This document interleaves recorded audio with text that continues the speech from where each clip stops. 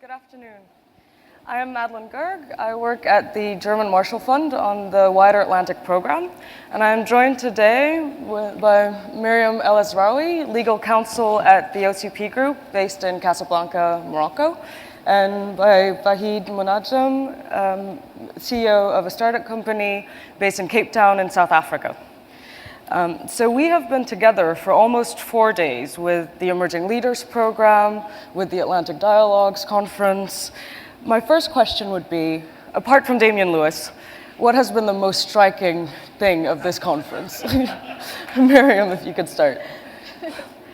I think one of the most striking things for me was definitely to be interacting with highly motivated young leaders who happen to be coming from various parts of the world, from all continents, with extremely similar values in terms of gender equality, tolerance, diversity,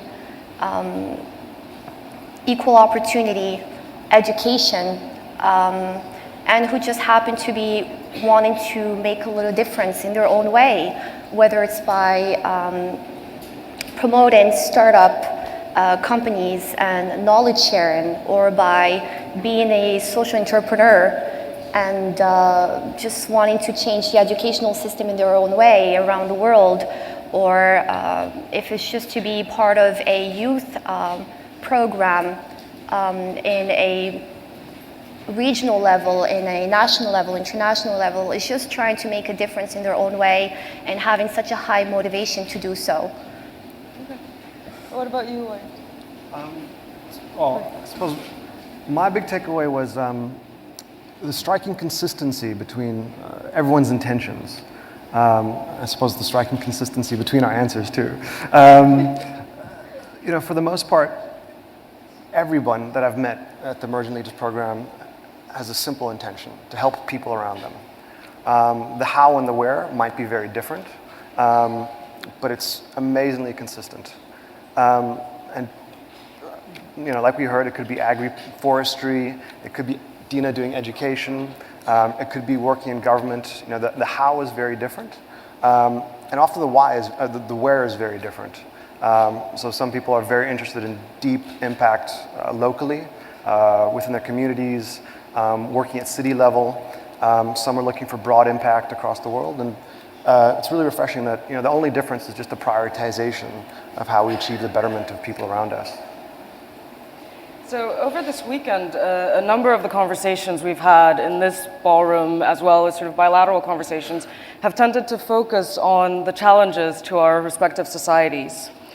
We now have a Tag Cloud survey on SpotMe, and I would call on the emerging leaders who are present right now to please, in one word, just let us know what your priorities are, sort of what keeps you up at night. And you have 45 seconds.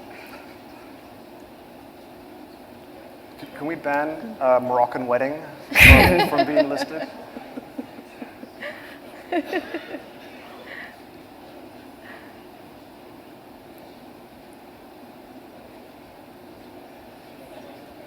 Everything.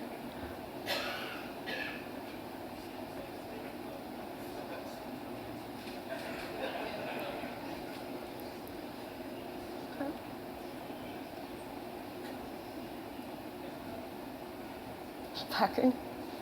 Okay.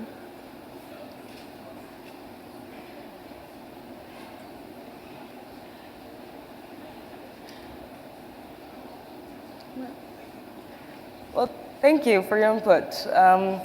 I would turn to Meriem first. Sort of looking at the answers that have come up, how does that relate to what keeps you up at night? I agree with education, for sure. That's very important. But for me, it would be on a personal level. What keeps me up at night would be just inclusion, and we discussed this during this program. Having just this sense of belonging. For instance, I grew up in Canada. I spent pretty much 20 years of my life there, and when I moved back to Morocco, I had to overcome a lot of challenges in terms of cultural differences, differences in mentality, sometimes language barriers, and it was just very hard to have this sense of belonging and to feel part of a whole. Oftentimes you would question your individual identity, and you would try to see where you fit in, basically. A simple example could be, for instance, in Canada, transparency is considered to be a highly valued quality. But in Morocco, I'm not sure it's perceived the same way. So sometimes you would just have to adapt to certain situations, especially cultural differences. And that is when it goes back to this inclusion and sense of belonging and basically just social identity. When you move from one country to the other and you try to be part of a whole in that country. Great, thank you. Vahid, how do you relate to the words that have come up? I think I see some that resonate with me. I mean, all of them resonate with me. I think education is clearly a high priority, without doubts. I think on the left I see opportunities, and for me that's one that I relate to a lot. I think the burden of averting disaster is a heavy worry, and whether it's genocide or averting famine, water security, that's not really how I perceive the world. I think my biggest worry would be missing the opportunity that's presented itself now. We frame a lot of the discussion in how awful Africa is, poor governance, corruption, and I don't think we put it in the larger context of a trend. And I think it's a narrative that just gets too often repeated. And so this is the opportunity. I feel that, the thing that keeps me worried is, are we fully going to realize the opportunity before us? Thank you. One of the recurring themes, and again, a number of the conversations, has been an apparent lack of leadership in a number of policy areas, and in a number of regions as well. And I wonder if it is a real lack of leadership, or are we just looking at leadership being found, having moved away from traditional structures and simply being found in new areas? And for that, I would like the participation of the emerging leaders again. There will be another Spot Me survey. You have 15 seconds to pick one of the 5 of sort of when you think about leadership, where do you look to for it?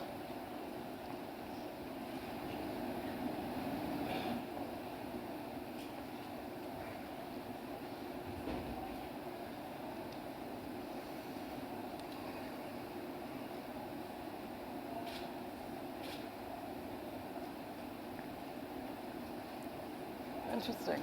Okay.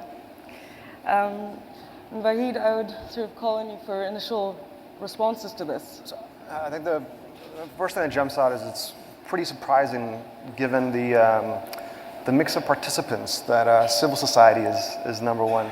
I think personally, when I think of leadership, I think we have very outdated models of leadership. We have, the world where it was very clear, black and white injustice. It was the story of an antagonist and a protagonist. It is an adversarial thing where Gandhi defeated British colonialism and Mandela defeated apartheid. I think we lack the frameworks to think about relationships, to think about leadership in contexts where it's not about defeating someone else. And I think we see that in a lot of the conversations here. I think it almost sounds like terrorism has become the replacement of the USSR and the role in the Cold War that adversarial relationship had. And that comes out as well as almost people baiting the conversation that China and America have to be adversaries in how they relate.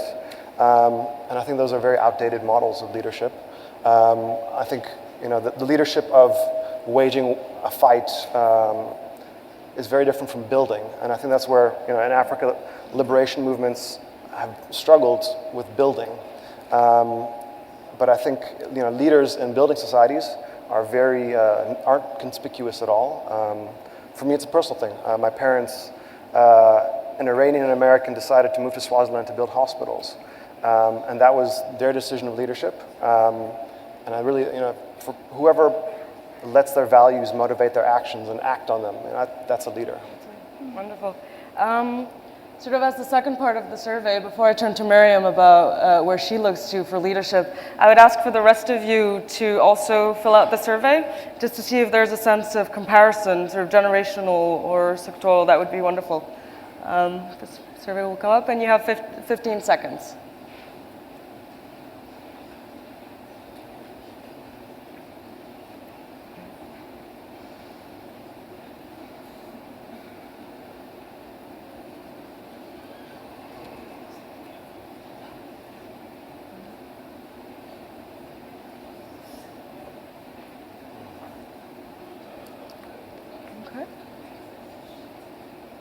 Okay, so on the survey, the top numbers are for the audience is large, and the bottom numbers are for the emerging leaders, the answers.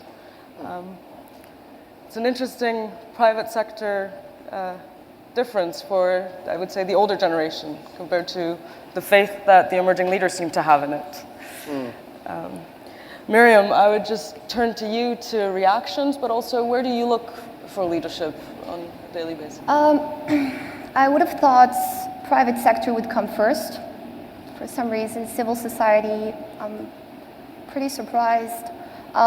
In my view, where I would look for leadership, I think it would be in the private sector, because I believe there's great leaders in the private sector who can express their views, who tell people basically why they matter, who get them to believe in that what they're doing is basically the right thing to do, and to give them the tools to be able to do it.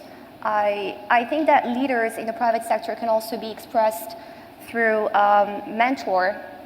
mentorship, mentors in general.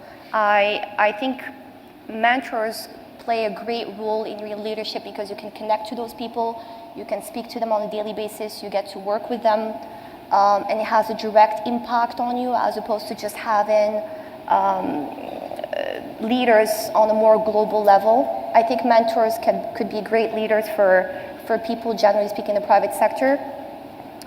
I also think that great leadership comes with great commitments. If you would expect your staff to be doing something, it's because you would be willing to do it yourself. And as opposed to just the global political way of perceiving it, if politicians lecture you that you should be doing something, I'm not sure they would actually be doing it themselves, or I would question it. And I think that leadership could be expressed in more concrete actions in this private sector, but it doesn't stop me from having from looking up to very, very well-known leaders in history, and Gandhi would be one of them, for instance. It's very amazing to see how he was able to mobilize such a large number of people just based on common values. One of his famous quotes that I really like is, your beliefs become your thoughts become your words become your actions become your habits become your values, and your values become your destiny. And I think it's very strong. So you can look up with leaders like that. You can try to find leaders in history. There's a lot of leaders who played big roles. But I think the private sector could serve into that also, and help you find a leader in you.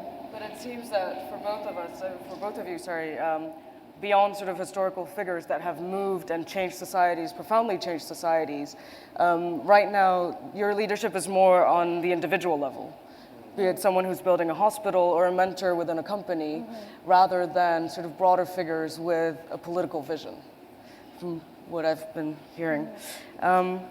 It's just also quite interesting that international organizations got no votes in one of the groups, which is an interesting cynicism of one of the generations. Just looking to next steps, sort of beyond the 20-year plans, just looking to concrete next steps. What should policymakers should be doing tomorrow? What are sort of concrete things that can improve a situation that you find alarming? Meriem? I think it would be to include the perspective of younger people, which I believe can contribute enormously to state policy making processes. And it could be anything like providing them with a platform where they could be expressing their views, whether it's at a regional level, national level, international level, just letting them express their views. It could also be by enabling them, by giving them the opportunity to elect someone, a representative who could act as a member in a board, in a hearing, in a commission, which is just part of the legislative process. I think these could be great ways of just letting them in and make them feel heard, give them the feeling that their opinion counts, as opposed to just being tagged as the youth who just still needs to learn, hasn't acquired yet enough experience. Just letting them speak also, because their perspectives could be very interesting too. What about you, Vahid, from your perspective and your work? Policy is a very difficult question for me. I'm usually on the receiving end of policy. The company I run is a startup, and our focus is the informal markets in Africa. And Africa is very fragmented, and we've got currently operations in South Africa and Kenya, and we're growing to Zambia, Mozambique, and Nigeria in the next few weeks. But it means we have to navigate a lot of different jurisdictions. Harmonization would be very useful on the continent, from standardizations, customs, tax.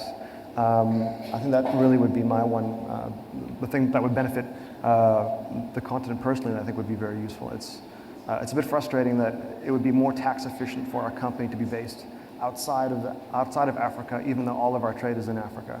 So that would be my one big push for policymakers in Africa around here. And I would like to now take this opportunity to ask a couple of the emerging leaders what they think policymakers should be doing starting tomorrow. I don't know if we have any contributions over there. Do you have a microphone?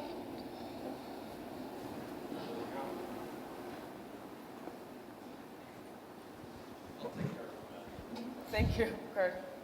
Hi, my name is Hugo Passarello. I'm from Argentina. I'm one of the lucky emerging leaders. First, I have the microphone. I would like to thank the GMF for inviting us. It was a great program. I'm pretty sure everybody else in the program is very happy to have participated. And so maybe I should stand up. Sorry. And to answer one of the questions you mentioned before, what keep us up at night, I was trying to be as sincere as possible, and I was happy that it was mentioned in the very last session and last night and in many other sessions. What keeps me up away is the growing inequalities that I see around the world. I mean, Meriem mentioned that we had a great time, and we found out that despite our background, cultural background, religion, countries, we all share the same ideas, and it's true, but at the same time, we all belong to the same professional managerial class, so it's relatively easy to be to agree. I see young people of my age and well, even older, to having a hard time getting into being included in society, in the production society, and I think eventually we will pay the price of these decisions we're taking today. I mean, an event like the Atlantic Dialogues is so important, but if we continue like this, eventually I think we will have also the social class dialogues, where we will need to bring people from different backgrounds to be able to discuss. And what I would like to see changing in the near future is government, media. I'm a journalist, so I think media has a role in this, and the private sector to start seeing how to serve more people and serve a little less capital. I'm a capitalist myself, but I would like to see that more and more people get included in the process of society. Thank you. Thank you. And I think there was a question, correct, in the first row? And then back here. No, yep. Okay. No, Carolina, go ahead. Okay. Hi, my name is Carolina. I am from Venezuela. I would like to second Hugo's words. I mean, thank you so much to the German Marshall Fund and everyone who made this meeting possible for all of us. It has been amazing not only to attend the conferences, but also to meet such many interesting and amazing profiles on people. I mean, networking is such an important thing nowadays, and I think that we can take a lot of advantages of this amazing experience. I was very happy to see the importance that young and emerging leaders gave to the civil society, because in a personal position, I come from the world of politics, and I hear all the time that young people, I mean emerging leaders, this new generation, is always hoping the government to do something, government to do something, government does not do anything. And we cannot give us, I mean, as a person, as an individual, less importance. I mean, each one as a citizen, as a person, has like the power to change things, and to understand that is so important to be an entrepreneur or to change your reality from the very basis. So I think that's really important, and that's like a lesson I'm taking with me, to understand that each one can make a change, and if all the people understood that, I'm sure that each one of our cities, of our countries, of our regions are going to grow and look for a better future. Thank you. Craig, before Thank you you. hold off. Yep, right here, and I think there was a question over there, a certain individual over there. Hi, my name is Elena. I'm here representing Brazil because I head the Center of International Relations at the Getúlio Vargas Foundation, but I'm also from a crisis that is from a country that is desperately in need of leadership, which is Greece. And I think I should mention here, being also the only Greek person here.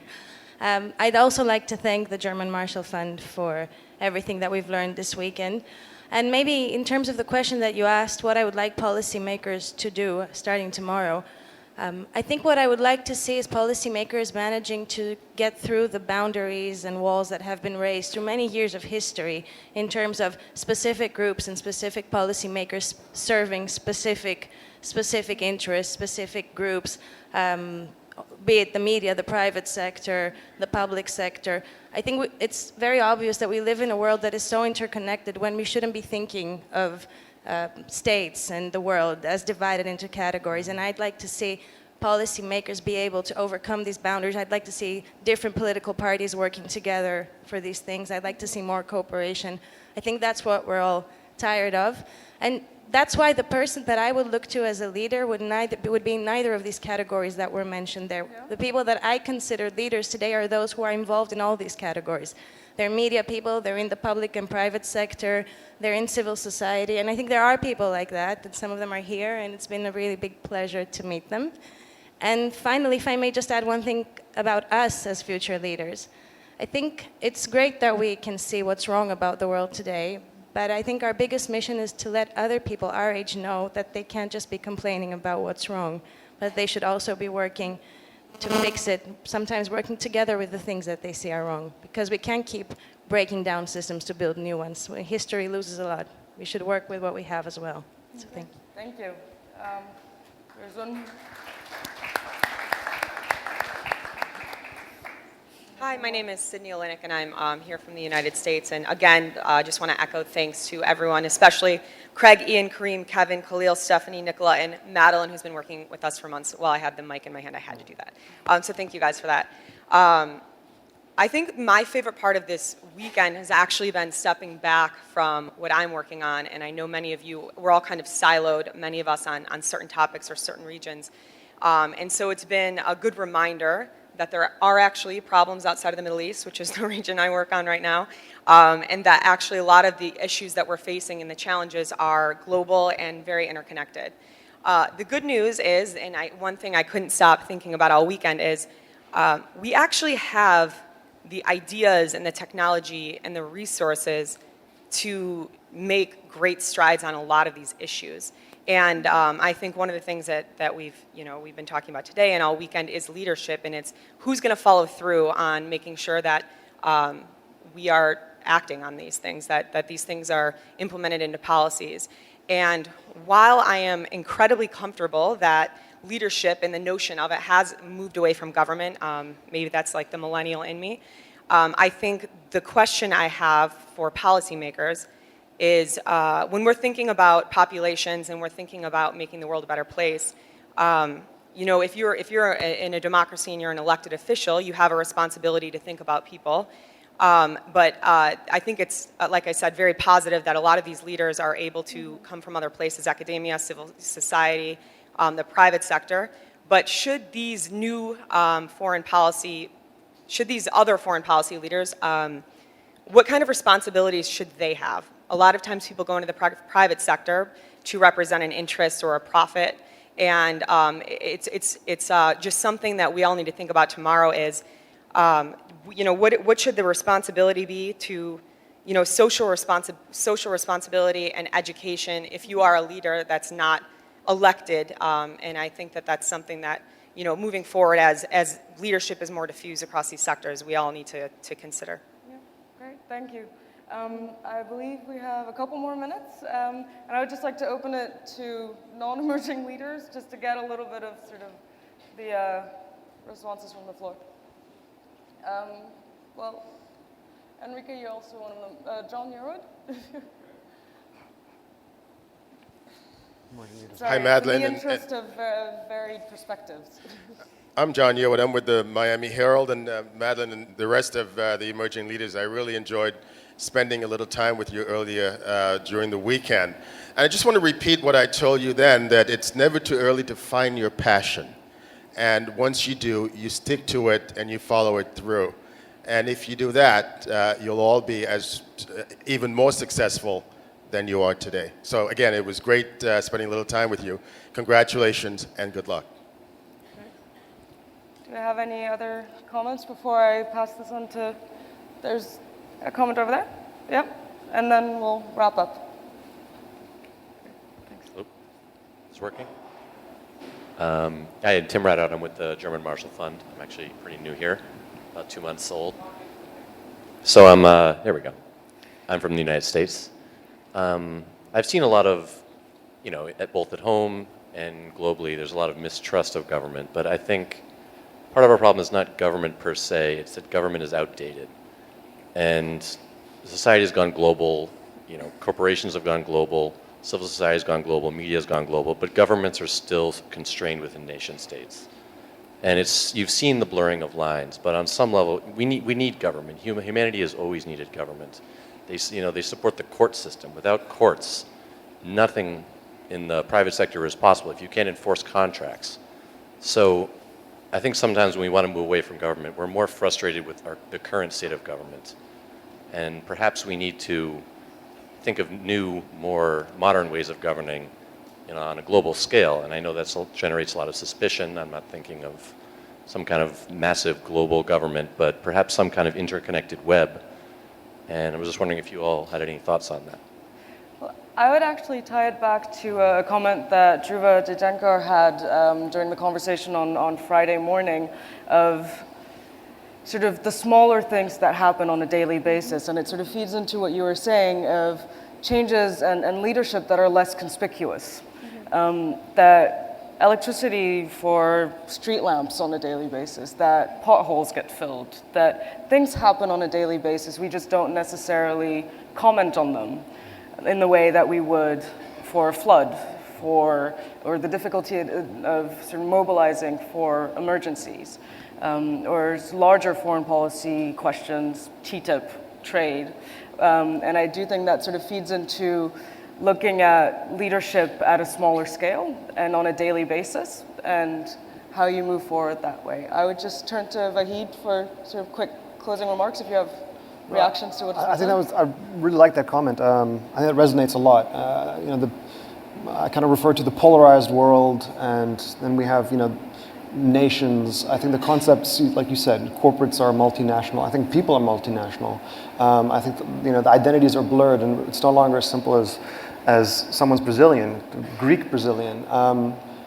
And I think that means that a lot more of the change can happen kind of outside of those constraints.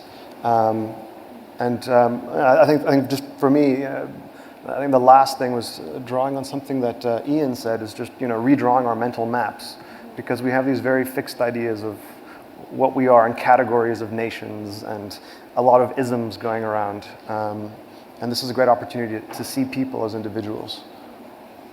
I'd like to take your last comments, Meriem. Last comment, perhaps it would be, I'm really happy that I got the chance to develop my inner leader and try to have this ability to just want to organize a group of people and set myself a common goal with them and share same values as opposed to just being the follower, or it's just stepping outside the box and try to be, because I had never thought of being a leader before registering in this, and I just think it's something that is very important, and it helps you consider different perspectives as opposed to just doing whatever is asked from you and not ask yourself questions. So it will be my closing remark for the day. I think we're passing it on to Craig. Thank you so much. That was terrific. Please give them a big round of applause. Thank you so much. It's really been a pleasure. Before we turn it over to the very final speaker, I'd like to just say a few thank yous. First, we're very grateful that this event is under the high patronage of His Majesty King Mohammed VI. I want to thank all of you who traveled far and wide here.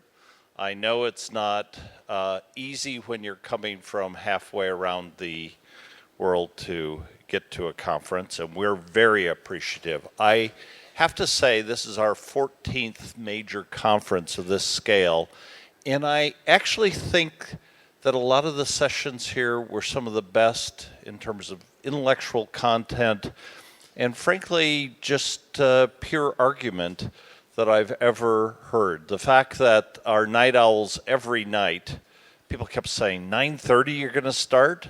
Who's going to show up there? And every night they were packed and terrific conversations. It really, really is great, and we're just very appreciative because we only know that happens because of the quality of the participants and speakers that we bring here. Now let me thank just a few specific people. First, Dr. Terrab and his staff at OCP and the OCP Foundation, as well as Mr. Kareem El-Ainawi. Kareem, eventually I'll learn how to pronounce your name, at the OCP Policy Center. This initiative would not be possible without the excellent cooperation between our organizations, and I think especially this year, Kareem really was central in helping us set up the agenda and think about many of the speakers. Now, you've all noticed the wonderful smiling faces wearing the red lanyards. These are our volunteers. Please say thank you to them.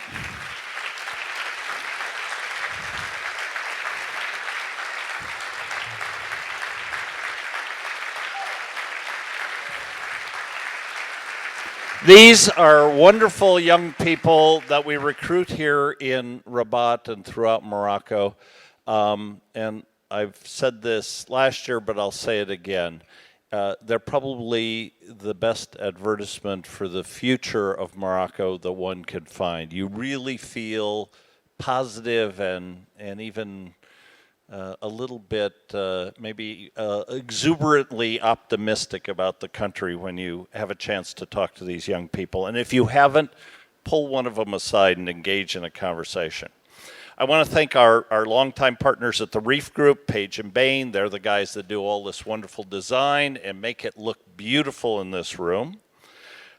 Sharon Sterling Woolsey, who you've probably seen around. She's also the voice of God that opens up sessions. She's really been crucial to keeping the floor here moving along. Ian Lesser, where's Ian? Is Ian still Ian? Ian Lesser, along with Dr. Terrab and a few other people, really came up with the idea of Atlantic Dialogues. and he's very central to the intellectual content of this meeting. I want to thank all the wonderful people that worked at the transport and registration desk. When people come up and say, gee, the logistics were really great, you don't hear that very often at conferences, so that's nice. And then last but not least, I'd like to thank Nicola Leitner back there and Sandrine Stanton. These are really the two people that spend about 11 and a half months a year thinking about how to make Atlantic dialogues great. So a big thank you to you.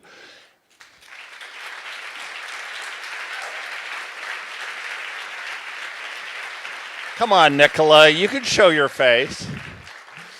A big thank you to you. And I'll come back in just a few minutes with some logistical issues, but I really want to give the final word to Dr. Mostafa Terrab, our really fine partner here in Morocco at the OCP company.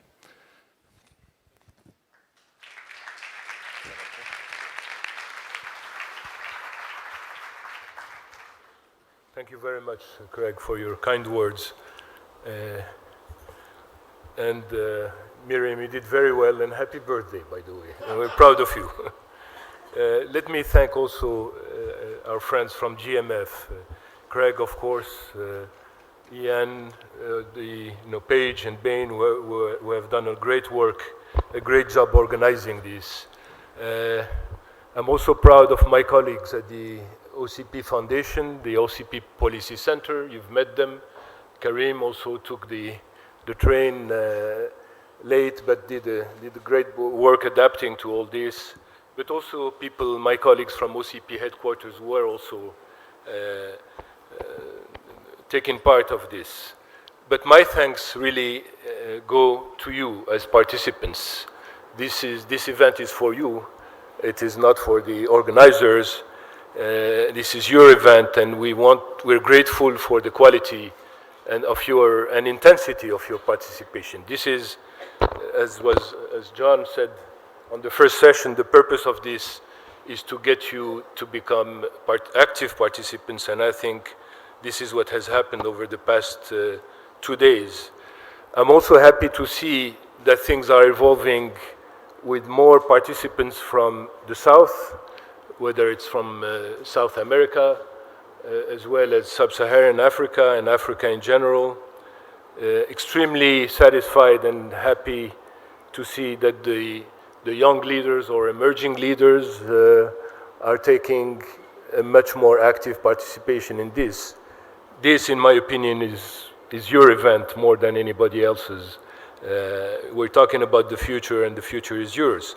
Let me just mention also that there is another group of African leaders that took part in this, which is Africa 2.0, which we hope that next year they'll be again much more present. As I'll indulge by just mentioning what I mentioned in the opening panel. I think this is also about bridging a perception gap. There is, we're looking at the risks and opportunities throughout the Atlantic. Let's recognize there is a perception gap between North and South first. What is a risk for some is an opportunity for others. We viewed that in terms of trade and investment, but also in immigration. You have people very eloquent explaining that there are two facets of this problem. And I think this gap needs to be addressed and discussed. But there's also, along almost the same line, I was surprised to see this, your comment was extremely insightful, that we see the same gap in perception across, I would say, young and not so young leaders. So moving forward, I really think, and I hate to surprise my friends from GMF, but I know they'll accept this, and I know that we agree on this, to find a way that the young leaders will not just be participants in this, but I think we should open up even the conception of the event. You're young leaders, you should lead the event, even in terms of its conception and organization. And I think at the end game should be that we should be sitting there, and you should be here, and we should listen to you and be accountable to your views, because they are the views of the future.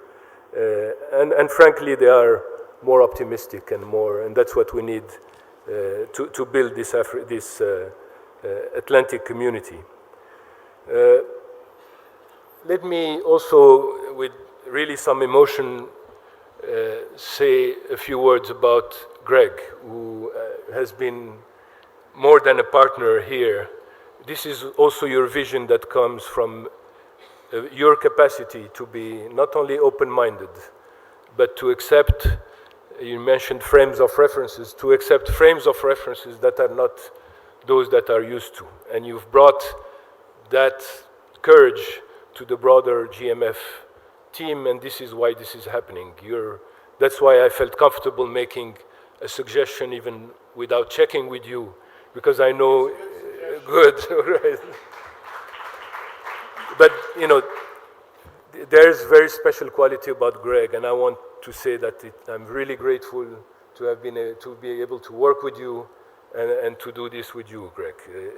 It's a wonderful job.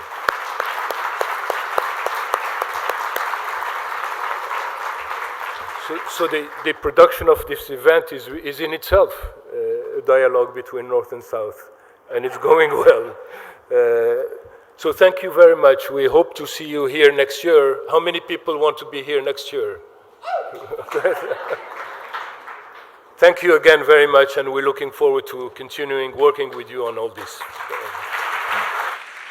And thank you. Thank you. Now, a few quick wrap-up details. First, just want to say a big thank you both to Spot Me and to the great people on our communications team.